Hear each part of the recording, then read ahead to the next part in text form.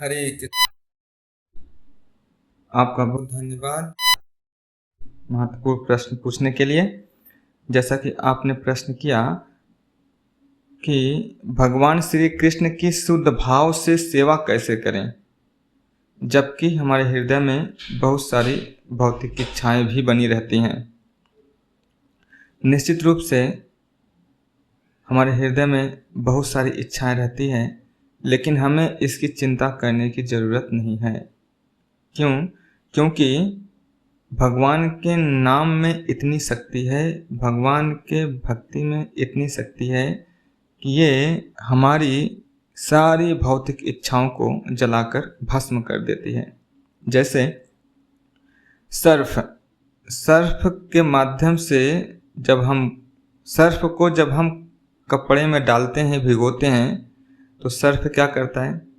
सारी गंदगी कपड़े से बाहर कर देती है, कपड़े को हानि नहीं पहुंचाती, कपड़ा वैसा ही रहता है, स्वच्छ हो जाता है। उसी प्रकार से जब हम भगवान के भजन में लगते हैं, कीर्तन में लगते हैं, ध्यानपूर्वक नाम जप में लगते हैं, श्रवण कीर्तन में लगते हैं, तो ये एक्टिविटी मनुष्य के हृदय के अंदर छुपी गंदगी को, भौतिक इच्छाओं को दूर कर देती है और धीरे धीरे उसका हृदय शुद्ध हो जाता है। जैसे ध्रुव महाराज जी की भी बहुत बड़ी भौतिक इच्छा थी।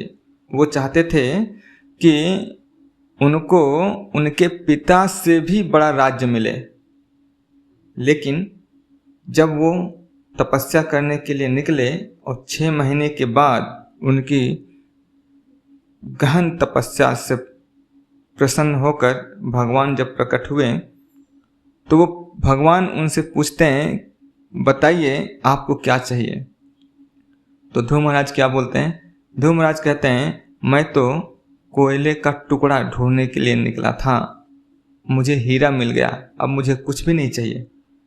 कहने का तात्पर्य उनकी भौतिक इच्छा साधना करने के बाद धीरे धीरे समाप्त हो गई।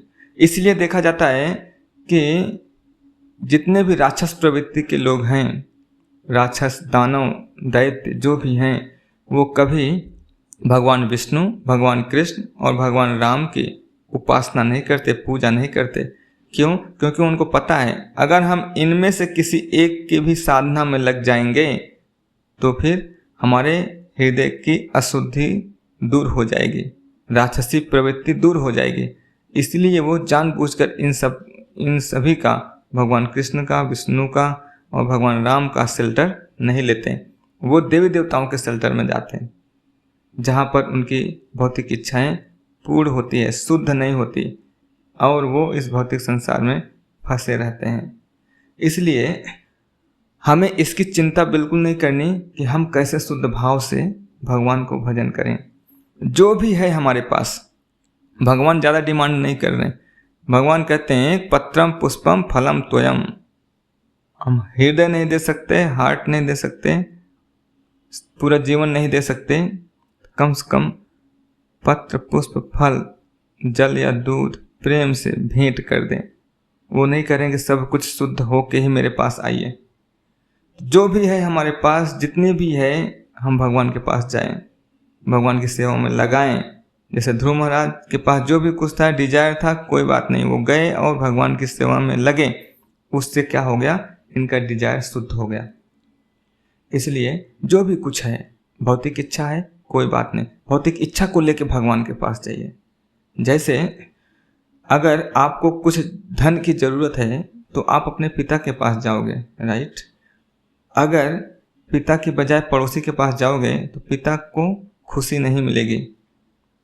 उसी प्रकार से हमारे पास भौतिक इच्छा है, कोई बात नहीं, भौतिक इच्छा को लेके हम भगवान के पास जाते हैं।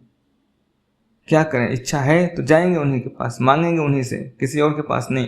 लेकिन जब हम उन्हीं से मांगेंगे, उन्हीं के पास जाएंगे, तो वो क्या करेंगे? हमें धीरे धीरे प्यूरिफाई कर देंगे, शुद्ध हो जाएंगे। और एक दिन ऐसा आएगा कि हम शुद्ध भाव से, प्योर भाव से भी भगवान का भजन कर पाएंगे, भगवान की सेवा कर पाएंगे धीरे धीरे। मैं उम्मीद करता हूँ कि आपको समझ में आया होगा। आपका बहुत बहुत धन्यवाद। जगत गुरु श्रील प्रभुपाद की जय।